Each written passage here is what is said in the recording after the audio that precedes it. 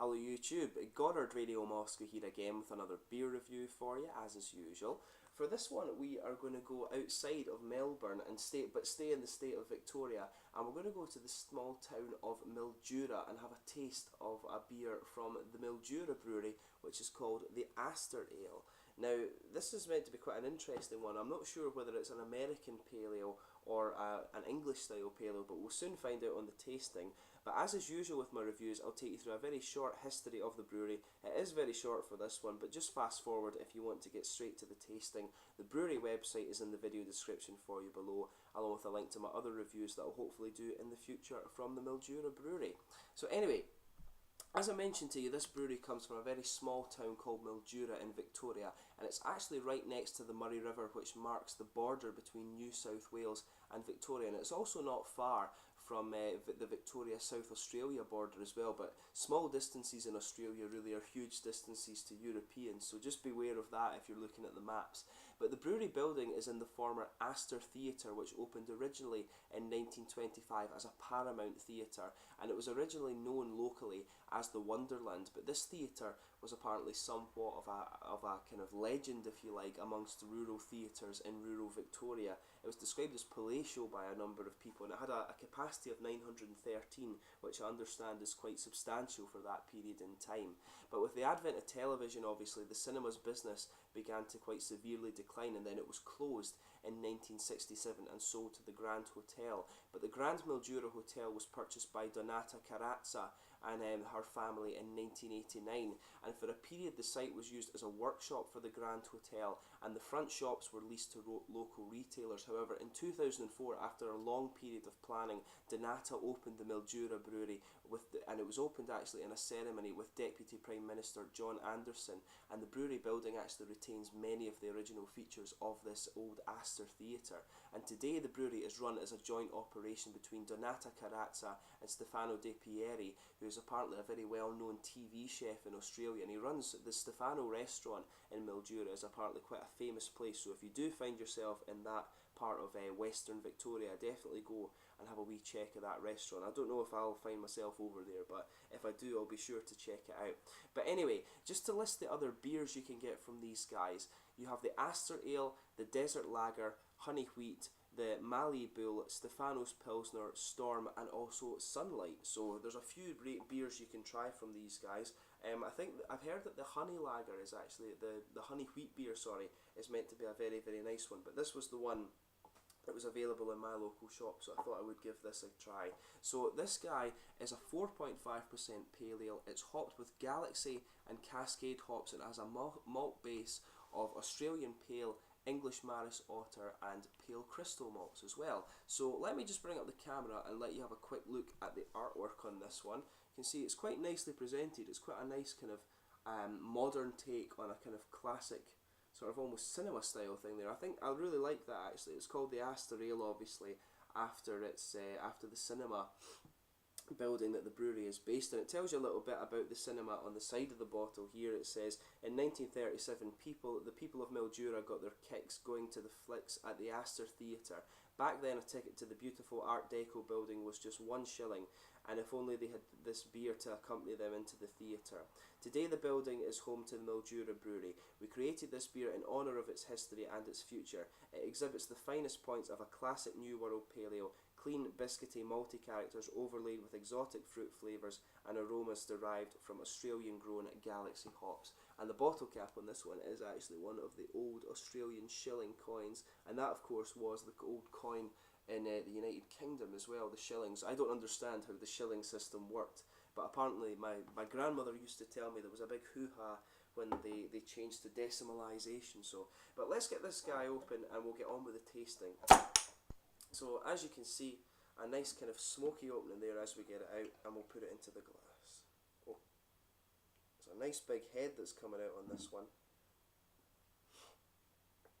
So I'll just put it in like this, and then we can take a wee quick look at the aroma. Most of it's poured actually, but you can see there's a huge head come out on this beer. If I put my fingers behind that, you can see it's a nice kind of pale golden colour. It is completely transparent, but a lot of carbonation just rushing up towards there. You can see the head is about 5 fingers or something crazy like that. An absolutely huge head on this guy. but looks a very, very attractive beer, and you can smell the fruit off it as you pour it actually, which is quite good. I'm just going to change position so I'm comfortable, but as you can see, really attractive looking beer. In terms of the aroma, you can really pick up the kind of biscuity malt base in this one, but there's a lot of fruit kind of lying on top of it. It definitely has a kind of sweet, bready, biscuity malt base to this one. You're getting a little bit of a kind of peachy and citrusy aroma to this actually, which is quite interesting. There's maybe a little bit of kind of herbal character coming out from the hops as well, which is really quite interesting. Because when you get an American style pale ale, as they're saying this is, usually it's very overwhelmingly like grapefruit or orangey or something like that, but this one is more of a kind of herbal and almost grassy hop character. It does smell a bit more like an English pale ale, if I'm honest with you, not rather than a kind of American or New World pale ale, as some people call it. Let's just see if I can get a little bit more of this in here. It's got a nice German head on it at the moment, but let's give it a taste and see how we get on. I'll see if I can get rid of some of this.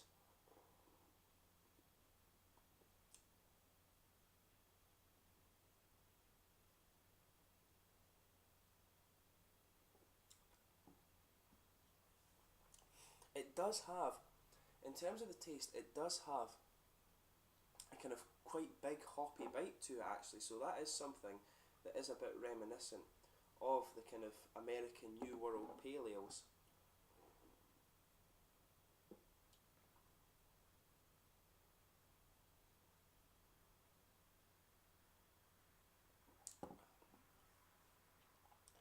But it does have a nice kind of sweet malty backbone. You're getting the biscuit, the kind of biscuity malts, and the kind of bread and sweet caramel there, but it's more a biscuity malt, so that would make me think it's more of an English pale ale than an American pale ale. Usually you have a very, very strong caramel flavour in an American pale ale, and it's more of a kind of grassy and aromatic hop, which again is a feature of an English IPA rather than an American IPA. American IPA is a very, very fruity beer, whereas this one is more of a kind of floral and aromatic-y character that's coming out of the hops on this one.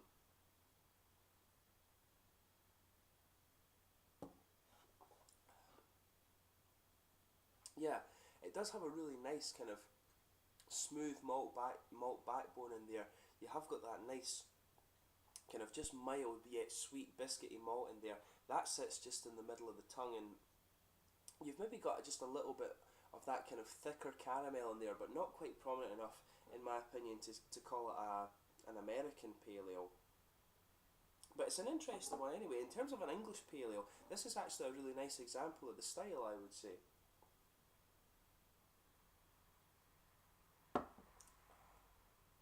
But it's got a lot of hoppy character to it, this one actually. It's actually kind of very dry around the edges of the tongue and at the front.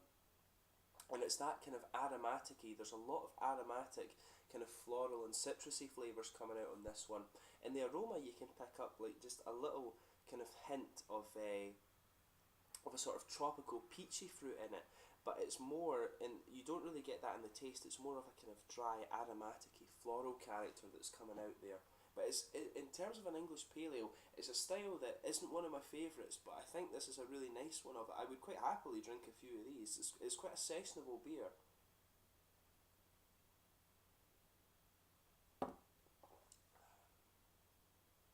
But yeah, that kind of malt, as I say, the kind of biscuity malt base just lies in the middle of the tongue. You've got a bit of bread, kind of bready malt just goes over that, and some richer caramel right in the centre of the tongue.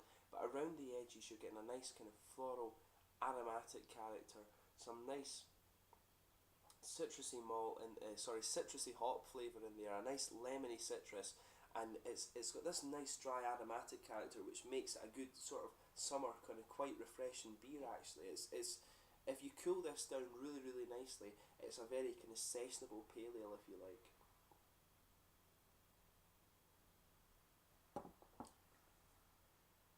I'd actually even go as far as saying that it's quite spicy. The hop character in this one is rather spicy, and that just kind of sits around the edge of the tongue and gives it an even kind of sharper, kind of refreshing taste. The mouthfeel in it, I would say, is quite it's definitely a light-bodied one, but it's got some nice, it's a moderately carbonated one. You can just see the little bubbles going up towards the bottom of the head. It looks as if it's really quite well carbonated, but it's actually just right and kind of suits the aromatic-y dry hop character that's coming out in the flavours. The dryness is quite high in this one, I would say, but it's got a very, very fresh mouthfeel. I think it's a very good example of an English style pale ale. I'm not sure whether when they say a New World pale ale, if they're kind of talking about it being an American one, but I think this is definitely more reminiscent of an English pale ale than an American pale ale. But overall, it's a very nice example of the style, and I would recommend that you try it. So if you do find yourself in Mildura, in the western part of Victoria, go and check these guys out. Check out the restaurants I mentioned to you earlier, and go and have a look at the old Astor Theatre and Stefano's restaurant in Mildura. Meant to be very, very nice. Maybe I'll find myself up there at some point and I can check it out. But as always, if you have tried this beer yourself, please let me know in the comments section your own thoughts on it. It's always interesting to hear your feedback and things like that. But please like, subscribe, share, all the usual YouTube stuff. I hope you're enjoying these Australian reviews that I've been doing for you, and I will catch you soon with the next one. Cheers.